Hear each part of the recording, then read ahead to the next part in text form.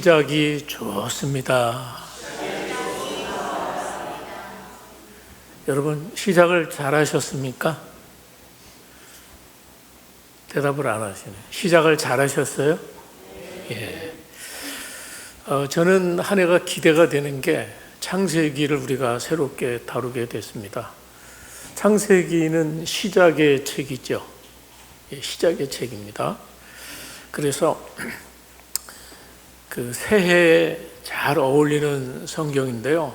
2026년을 시작하면서 우리 신앙의 뿌리이고 모든 존재의 시작인 창세기 말씀을 묵상하고 나누게 된 게 얼마나 감사한 일인지 모르겠습니다. 저는 기대가 됩니다.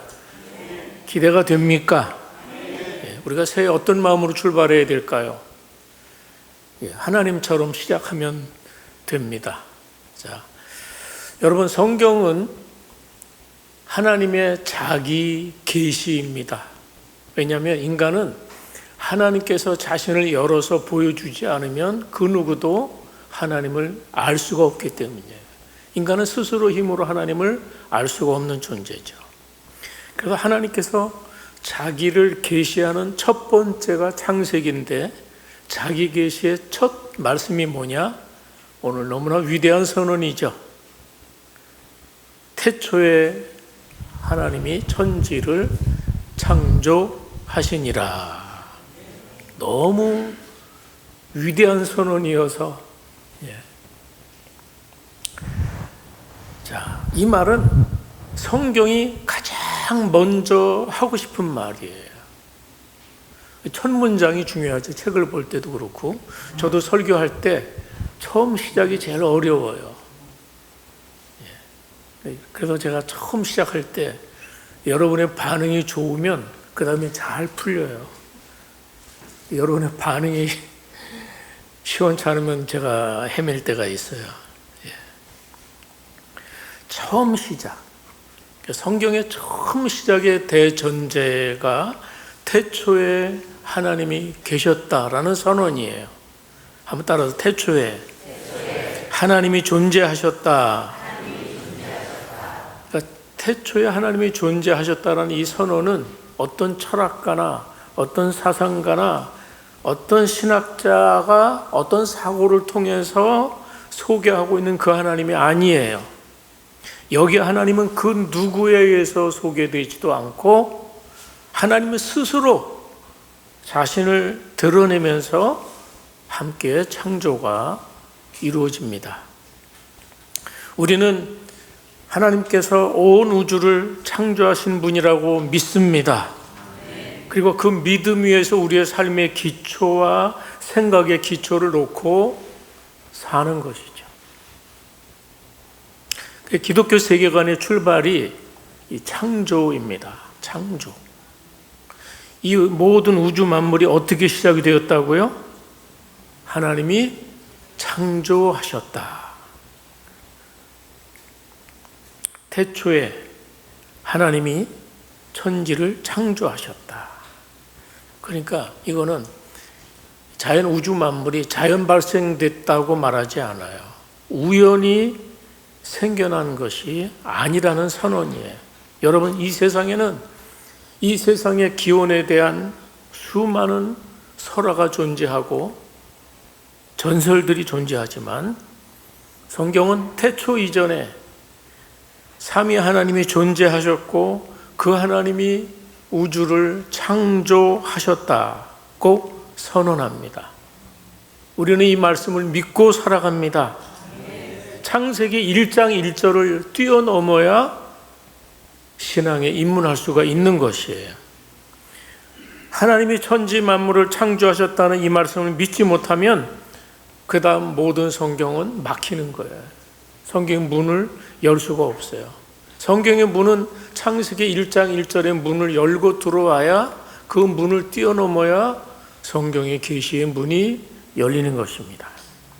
그런데 자, 이 말씀은 어때요? 하나님이 천지를 창조하셨다. 이 말씀은 믿어야 이해할 수 있는 내용이에요. 이해하세요? 자, 어차피 하나님의 천지를 창조하시는 장면을 목격한 사람은 아무도 없어요. 그러니까 믿어야 되는 거죠. 믿어지는 것이죠. 자, 여러분, 갓난 아이가 태어나면서 자기 어머니가 자기를 낳으면서 막 산구하는 그 장면을 기억할까요? 못할까 봐요. 할 수 없죠. 여러분 몇 살 때까지 기억이 나는지 몰라도 어떤 분은 자기 어머니의 젖을 물고 그게 기억이 난대요. 몇 살 때까지 젖 먹었는데 5살까지. 아마 대부분의 아이들은 자기가 엄마 젖을 먹었는지조차 기억을 못하는 거예요. 그렇지만 당신의 엄마, 아빠를 의심 없이 부르는 것이죠. 왜 그래요? 믿기 때문이에요. 그분이 엄마이고 그분이 아빠라고 하니까 그 말씀을 믿기 때문에 믿을 수가 있는 게 아니겠습니까? 여러분, 창세기 1장 1절은 인류가 다신론을 섬기던 그런 시기에 이 성경이 기록이 됐어요. 창세기는 누가 기록을 하냐면 모세가 기록을 했습니다. 모세는 언제적 사람입니까? 모세는 이스라엘 백성들이 출애굽 이후부터, 출애굽 사건부터 가나안 땅에 들어가기 직전까지, 그러니까 그 시기에 모세가 기록을 한 거예요. 자, 그렇다면 이 창세기를 처음 받는 독자가 있었을 거 아니에요. 그렇죠? 이 창세기의 첫 독자가 누구일까요? 예? 그렇죠. 광야에서 방황하던, 가나안 땅에 들어가기 이전에 광야를 방황하던 이스라엘 백성들이 첫 번째 독자인 것이죠. 자, 그들에게 하나님은 도대체 어떤 분이시기에 강대국 애굽을 물리치시고 우리를 구원하실 수 있는 분인가 얼마나 궁금하게 하지 않겠어요? 하나님이 도대체 누구시기에 우리를 선민으로 선택된 민족으로 부르셨는가? 그리고 가나안 땅을 기업으로 약속받은 그 경로에 대해서 이제 알려줄 필요가 있는 거예요. 여러분, 그 당 고대 근동 지역은 다실론이 대세였습니다. 각 족속이 어느 족속이든 자기들이 믿는 신이 있었으니까 그때는 사람들이 자기 족속이 믿는 신만 신이라고 생각하지 않았어요. 우리가 믿는 신이 있고 또 다른 지역에 있는 사람들은 또 다른 지역에 믿는 신이 있는 거예요. 그러니까 유일신 개념이 없어요. 신이 유일신이 아니에요. 신이 하나일 리가 없어요. 우리 지역에 신이 있고 저 지역에 신이 있고 다신을 믿던 그 세상 속에서 또 다른 말로 하면 범신론이죠. 범신론. 고대 근동 지역에 가나안 지역의 모든 범신론을 반박을 하고 그리고 그 당시에는 자연을 섬기잖아요. 해, 달, 별 여기 다 숭배하는 거예요. 해신, 달신, 별신. 예? 자연신이 있는 거예요. 그래서 이 창세기 1장 1절의 선언은 그 모든 다신론과 그리고 자연을 섬기는 모든 것이 신이 될 수 없다라는 선언이라는 거예요. 예? 그 유일신이라는 선언은 대단한 겁니다. 신은 한 분밖에 없다. 그리고 그 신이 우주를 만들었다 하는 것이죠. 여러분, 이스라엘 백성들 입장에서 이 성경은 충격으로 다가오는 거예요. 왜냐? 이스라엘 백성들은요, 이집트에서 400년 동안 종으로 살면서 뭘 섬겼어요? 우상을 섬긴 거예요. 각종 우상을 섬기는 속에 살아왔어요. 해신, 달신, 별신, 그다음 개구리 신, 할 것 없이 그냥 엄청나게 많은 그 신들이 있었잖아요. 그래서 이 첫 구절이 중요해요. 그런 다신 사상에 절어있던 이스라엘 백성들에게 이 세상의 모든 것의 창조주는 바로 하나님이시다 하고 따다다당 하고 선포하는 거란 말이에요. 대선포예요. 대선포. 그래서 이 1장 1절의 이 말씀 앞에 무릎 꿇지 않으면 하나님이 인정할 수 없는 거죠. 자, 그런데 1절에서 태초에 하나님이 천지를 창조하시니라 선언한 후에 그 2절은 최초에 창조된 우주의 모습을 이렇게 소개해요. 하나님 천지를 창조했는데 처음 창조의 모습은 어땠냐? 자, 2절이에요. 자, 2절 한번 보실래요? 같이 2절 시작. 땅이 혼돈하고 공허하며 흑암이 깊음 위에 있고 하나님의 영은 수면 위에 운행하시니라. 자, 땅이 혼돈하고 공허하고 흑암이 있었다고 표현해요. 태초에 하나님께서 천지를 창조하실 때 처음 그 상태의 모습은 뭐예요? 혼돈하고 공허하고 흑암이라는 거예요. 왜냐하면 아직 빛이 없어요. 아직 빛이 없기 때문에 흑암 속에 있는 것이고, 또 아무것도 없기 때문에 공허한 것이고, 또 아직 정리가 되지 않은 뒤죽박죽의 상태라 혼돈인 것이에요. 자, 땅은 혼돈하며, 그러니까 무질서하다는 얘기죠. 뒤죽박죽이죠. 공허하다는 얘기예요. 아무것도 갖춰지지 않아서 무가치한 상태예요. 그 다음에 흑암이 깊음 위에 있어요. 이거는 어둠의 개념이 아니에요. 빛 자체가 아예 없어요. 빛 자체가 없어요.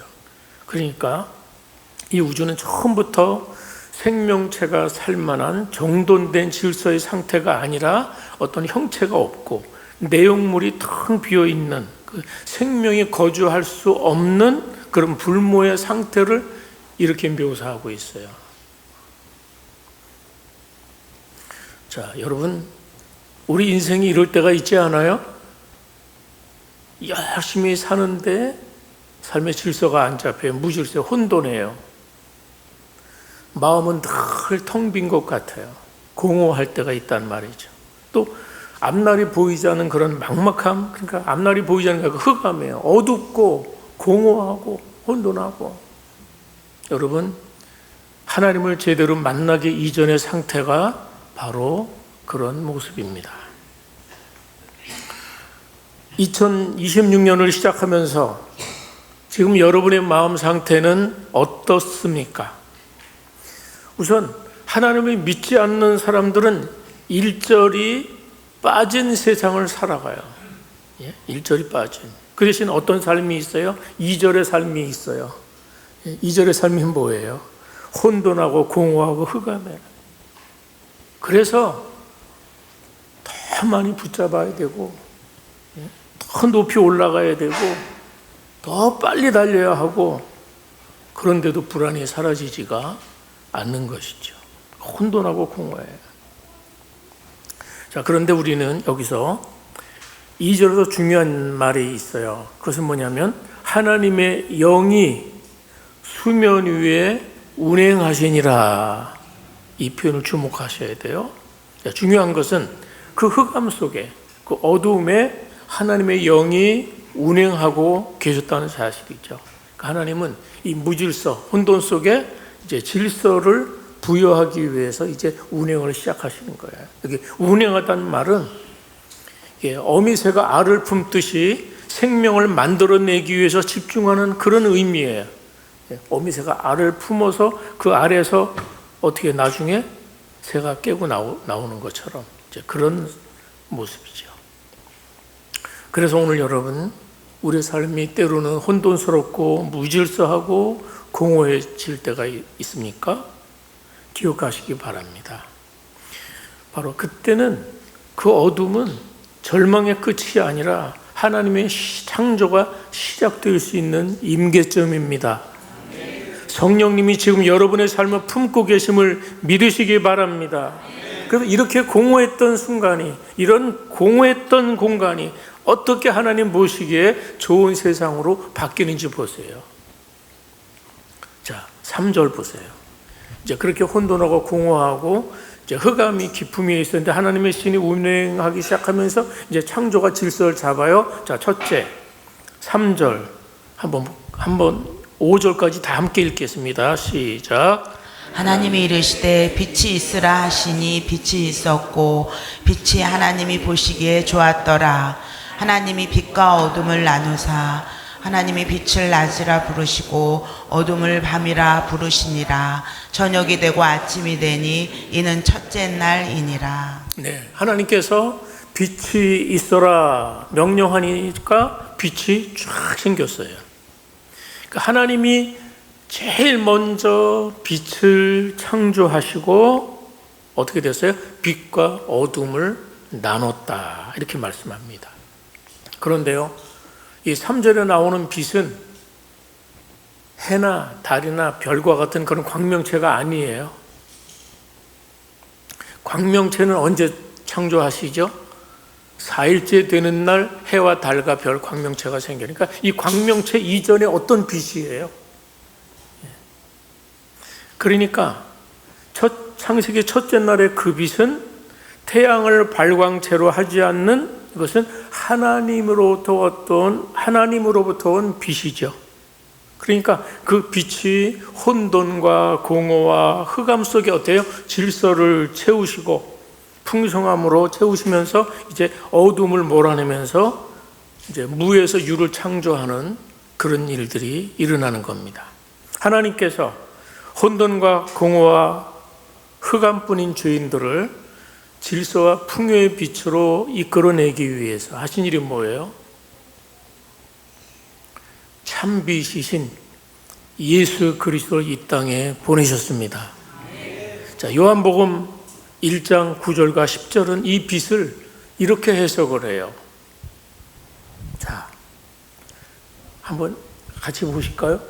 1장 9절 시작. 참빛 곧 세상에 와서 각 사람에게 비추는 빛이 있었나니 그가 세상에 계셨으며 세상은 그로 말미암아 지은 바 되었으되 세상이 그를 알지 못하였고. 자, 참빛 세상에 와서 비추는 빛이 있었는데 그분이 누구실까요?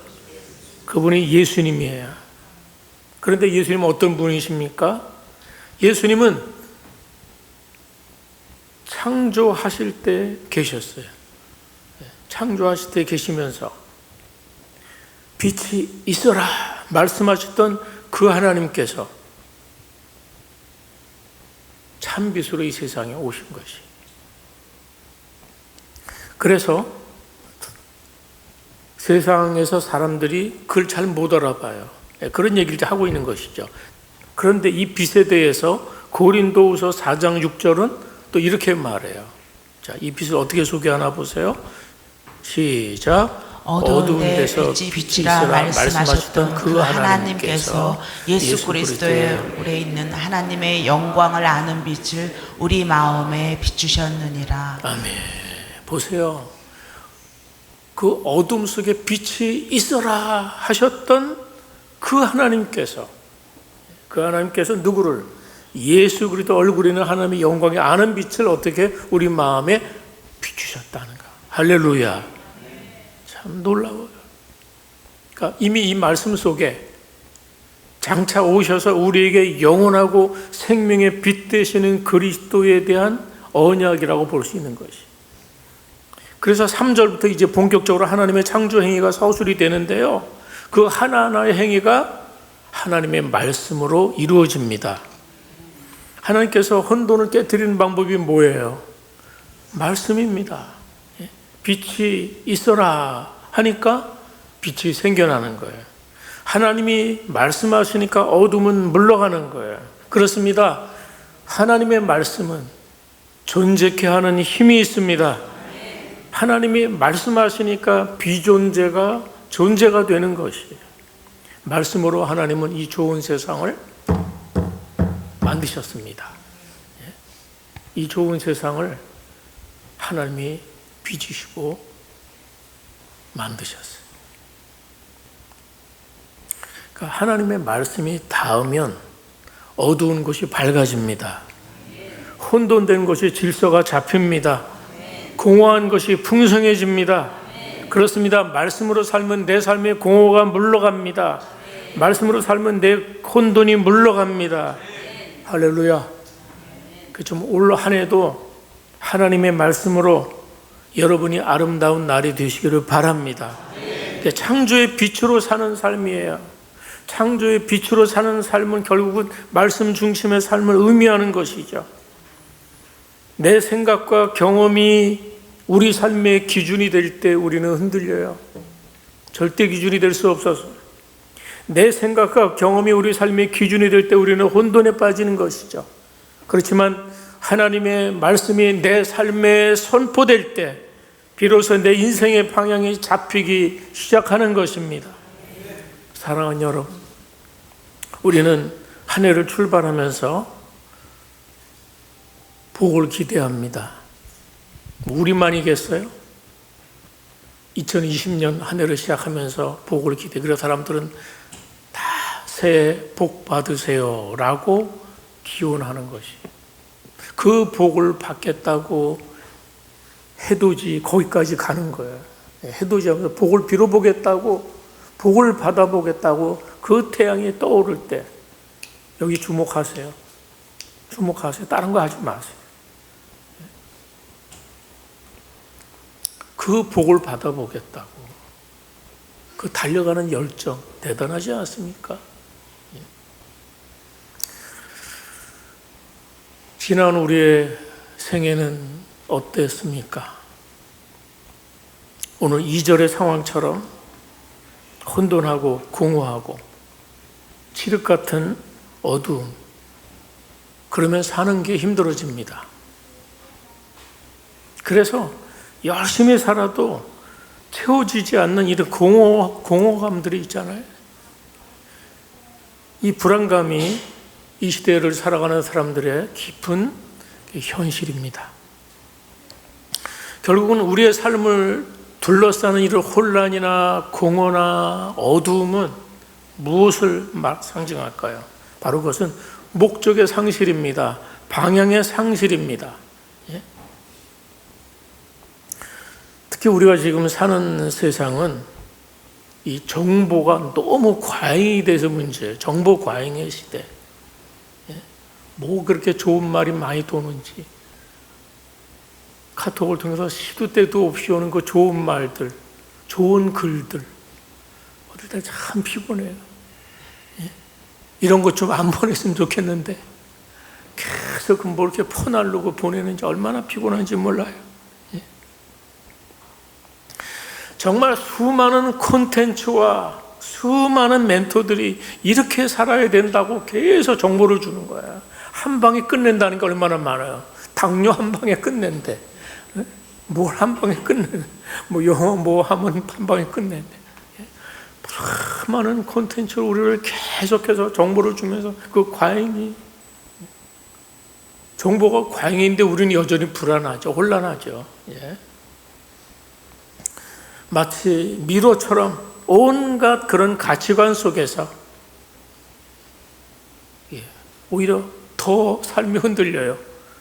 좋다는 정보는 그렇게 많은데 우리의 삶은 도리어 흔들리고 더욱 불안해지는 것이지. 자기개발 서적이 얼마나 많이 나와요. 그 좋은 자기개발 서적을 수십 권을 읽어도 결국은 이 내면의 불안과 방향 상실은 해결이 되지 않죠. 왜냐? 참빛을 만나지 못하기 때문입니다. 그 이유는 내 안에 빛을 찾지 못했기 때문이죠. 어떤 빛일까요? 그것은 창조주 하나님이 주시는 빛입니다. 그리고 창조주 하나님이 주시는 빛이 있어라 하는 그 빛이 우리의 유일한 이정표입니다. 빛이 있기 전에 이 우주의 모습이 바로 빛을 만나기 이전에 우리의 심령들을 묘사하고 있는 것 아니겠어요? 모든 인간에게는 하나님이 아니면 채울 수 없는 허무함과 공허함이 있는 것입니다. 그래서 늘 마음이 어둡고 그리고 낙심하는 것입니다. 이 빛이 없기 때문에 앞길은 보이지 않고 불안한 것이죠. 그런데 그런 우주와 자연에 어떻게 하나님 보시기에 아름다운 세상으로 변하는 것입니까?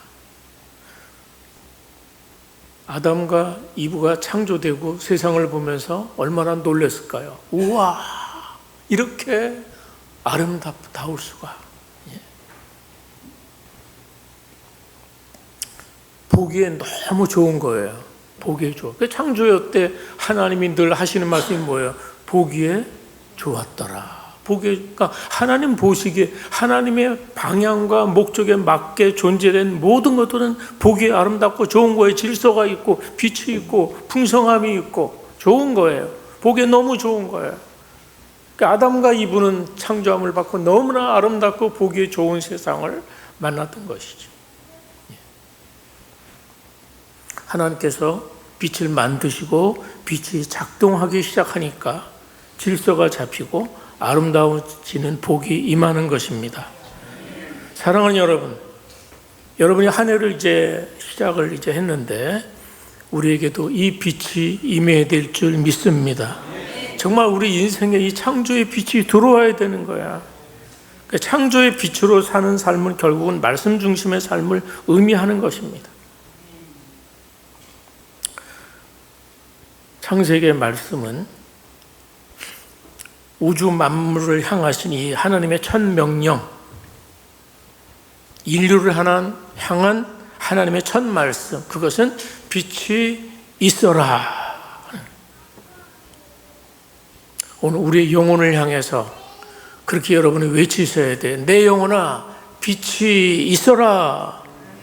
한번 따라서 내 영혼아, 하나님의 빛이 있을지어다. 이 창세기에 이런 내용들이 막연하고 무슨 동화처럼 들어서는 안 되는 것이에요. 이 창세기의 이 말씀은 체험적인 말씀입니다. 실제적인 말씀입니다.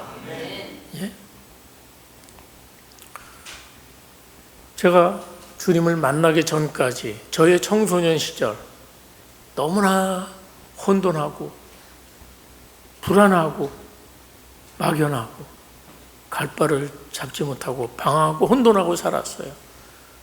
살 이유를 못 느끼고 왜 살아야 되는지 막 그런 온통 제 삶이 혼돈, 공허, 흑암 그 자체였어요.